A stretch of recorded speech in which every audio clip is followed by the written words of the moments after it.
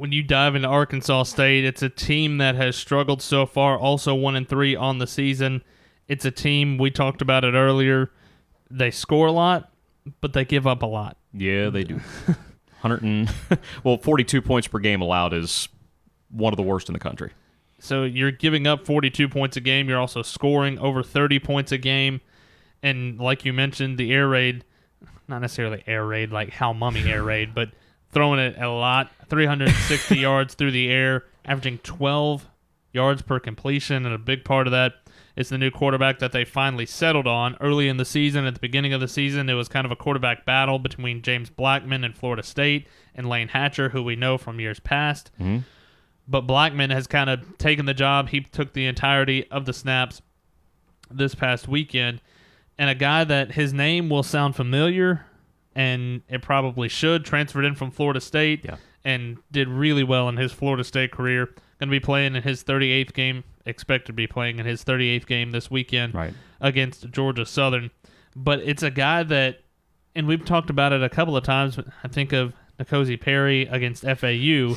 Yeah. Very similar. That extremely. I was going to say the same thing. He had not just time at an ACC school, but he had playing time, he had starts, he had success at that level. Now, for whatever reason, he's now with Arkansas State and Butch Jones in his first season. And this is a tall task for Georgia Southern. I mean, there's no two ways to put it, and I think everybody in the FOC would tell you the same thing, that James Blackman is a tough guy to scout against, and he's got a lot of weapons at his disposal as well. All right, one, we haven't seen Ark State since November of 19. So as bad as they were last year, Georgia Southern didn't see them. No frame of reference. That was Blake Anderson's final year. He has since gone on to Utah State. They're off to a really good start, by the way, and good for him because Blake's a terrific guy. Always enjoy talking with him. But I think back to our talk with Butch Jones in New Orleans in July. He said they wanted to be a power running team. So what are they doing? They're throwing for 360 a game just because that's what they have to work with. Their wide receiving core, it is by far the best in the league. I know the people in Boone, North Carolina would say they've got it, but Corey Rucker, Jeff Foreman, Tavalence Hunt, Dahu Green, they've got weapons galore on offense. You've got basically 4 number 1 receivers that they have to find a way to get involved. When they're taking shots, they're taking a lot of shots. Blackman threw for 321 against Tulsa. We'll get to their defense in a minute, but you score 34 points, you should be able to win. But they gave up 41, gave up 663 yards, but still. Considering how much Georgia Southern has struggled to stop the pass, and with all of those weapons, getting pressure on Blackman is of the utmost. And your comparison to N'Kosi Perry is one that I was going to make as well. I think Blackman is a little taller. Sorry. No, hey, glad you did.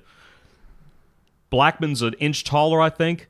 He has a stronger arm, but he puts the ball in tougher situations because of the stronger arm. I think Perry protected it a little bit better, but Blackman is more turnover prone. He doesn't handle the ball well when pressured. He fumbled it 3 times when Tulsa got to him. They sacked him 6 times in that victory on Saturday. That's where Georgia Southern's going to have to live because that offensive line has been in flux. They had a transfer from Kentucky that left right at the end of fall camp, so guys have been moving around left and right. It's inconsistent up front, and that has allowed opposing defenses to basically tee off on whoever the quarterback is, even though they have their numbers with 360 passing a game. That's 7th in the country coming into the weekend, but they're giving up a lot of sacks and a lot of tackles for loss. And you talk about kind of the inconsistency as far as the depth chart is concerned. There's a lot of guys that start. There's a lot of guys that play that aren't listed on the depth chart, and that's not trying to hide anything. That's just you've got so many different guys trying to figure out which pieces work and where they work.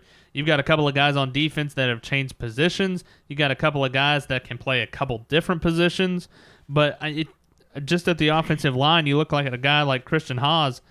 He wasn't listed on any kind of depth chart, nothing. Yeah. And he started the game against Tulsa this past week. Yeah, Wyatt Lupke was the backup right tackle. He ends up getting the start, did give up a couple of sacks, but they just don't have 5 that they can say, we're going with this 5. That's what Georgia Southern does have. They've got 5.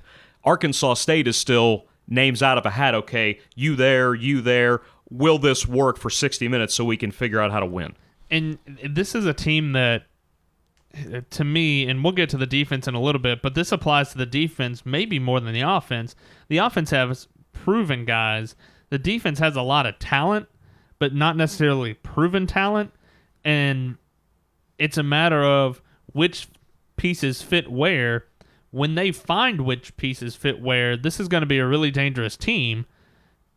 It's just a matter of when that clicks, and you hope it's not Saturday. It'd be nice. With their defense, they play a 4 down front, and they had been a 3-man for a couple of years. Remember, when we were there in 19, they had to change their defense because they had so many injuries. They had gone to a 3-2-6 because they just had no depth up front. Well, now they've remade it. Rob Harley is in his first year as D coordinator. He was Pat Narduzzi's linebackers coach at Pitt, and they led the country in sacks last year. They've gone 4 down most of the time. They will go wide ends on 3rd and long with a 3-man front or the odd front, as you hear Coach Sloan talk about. But that defensive line entirely transfers. Kevon Bennett, one defensive end, the Tennessee transfer who played for Butch Jones. He's got 8 tackles for loss already. I think he's a given to be an all-conference guy. I think he's that good, and he's only 4 games in. On the other side, the North Texas transfer, Joe Azugu, he had 3.5 tackles for loss against Tulsa.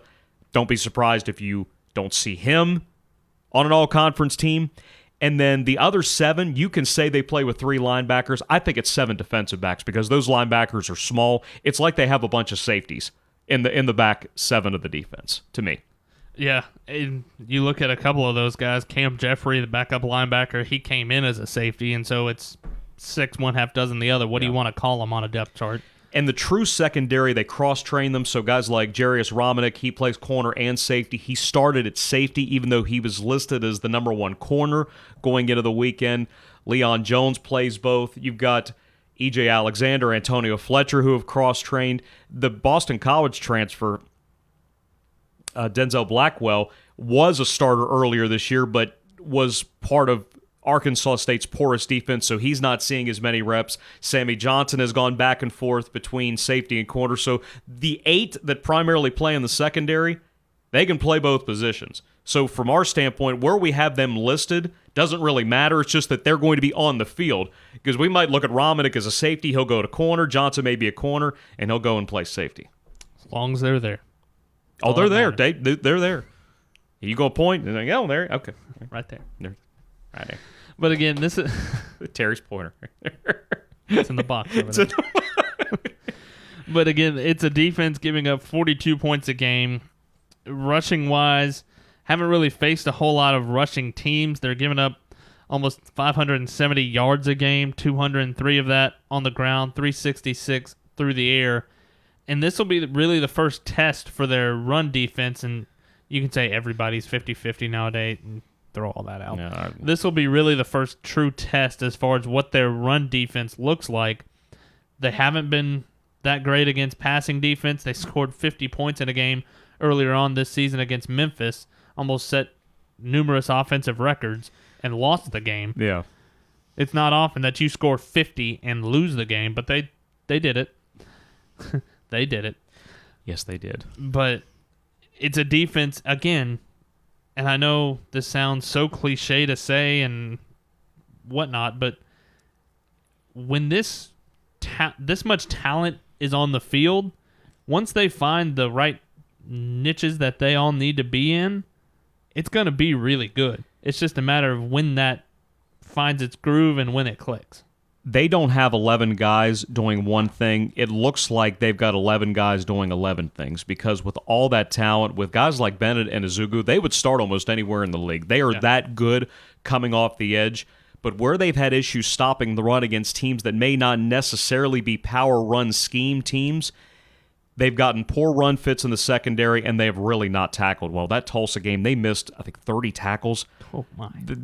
And they just kept getting gashed. It was big play after big play, where if somebody can make a stop near the line of scrimmage, they're not giving up third down conversions. They're not giving up the chunk plays. They're not giving up 663 yards of total offense. They led 14-7 in the second quarter. And we haven't even talked about their special teams yet. We'll get to that because they're really good on special teams. Yeah. But if they could have gotten just a couple of stops, even though they did not play well, they would have beaten Tulsa. But Tulsa got their first win. Arkansas State only has one win against an FCS team in Central Arkansas. Georgia Southern only has one win against an FCS team in Gardner-Webb. So both are riding those 3-game losing streaks coming into this. Don't really usually cover the opponent's special teams, but this is one that I think you need to. Yeah, I got to this week. On the kicking side, you've got Blake Grupe. You've heard his name a lot. 52 career field goals made. That's third in Arkansas State history. This year, he's 8 of 10 with 13 of 14 point afters. Made a 50-yarder against Tulsa this past week. A really strong and accurate leg for Arkansas State. On the punting side, you've got Ryan Hansen, the transfer in from Houston. The redshirt freshman, he's a guy that can really boom it. 26 punts on the year, averaging almost 43 yards per punt. And he's got 4 over 50, 13 inside the 20. And then on the kickoff side, you've got Tristan Matson, the redshirt freshman. 15 of his 24 kickoffs have been touchbacks, averaging about 63 yards per kickoff. And his kickoffs have to be touchbacks because if they're returnable, Arkansas State is bottom 30 in the country in kickoff return yardage allowed, so it's even more important for him to find the end zone with his kickoffs. Grupe, that 50-yarder he made against Tulsa last weekend, that was the longest of his career, and he's made a lot of kicks for the Red Wolves. In their return game, they had a kickoff return and a punt return touchdown against the Golden Hurricane. It's only the second time it's ever happened for a Sun Belt team. The Cajuns did it in the opener last year against Iowa State. I think for Arkansas State, they hadn't done it in 21 years. But Alan Lamar, who's one of their rotating running backs, he returns kicks. He had a 93-yard run back transfer from Yale. Don't get a whole lot of Yale transfers in the Sun Belt.